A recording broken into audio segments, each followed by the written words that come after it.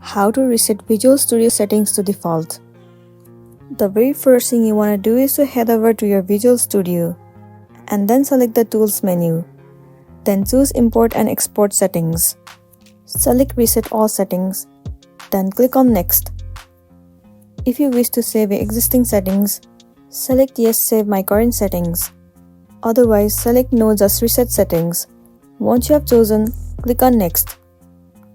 Choose the default collection of settings you wish to reset to. In most cases, you will want to choose General. Select Finish once you have chosen, and then you are done. So that's all it takes in order to reset Visual Studio settings to default. So that's it for today, and this is simply how you can reset your Visual Studio settings to default.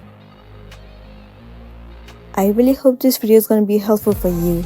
If it does, please make sure to like and subscribe to our channel. Thank you for watching it till the end.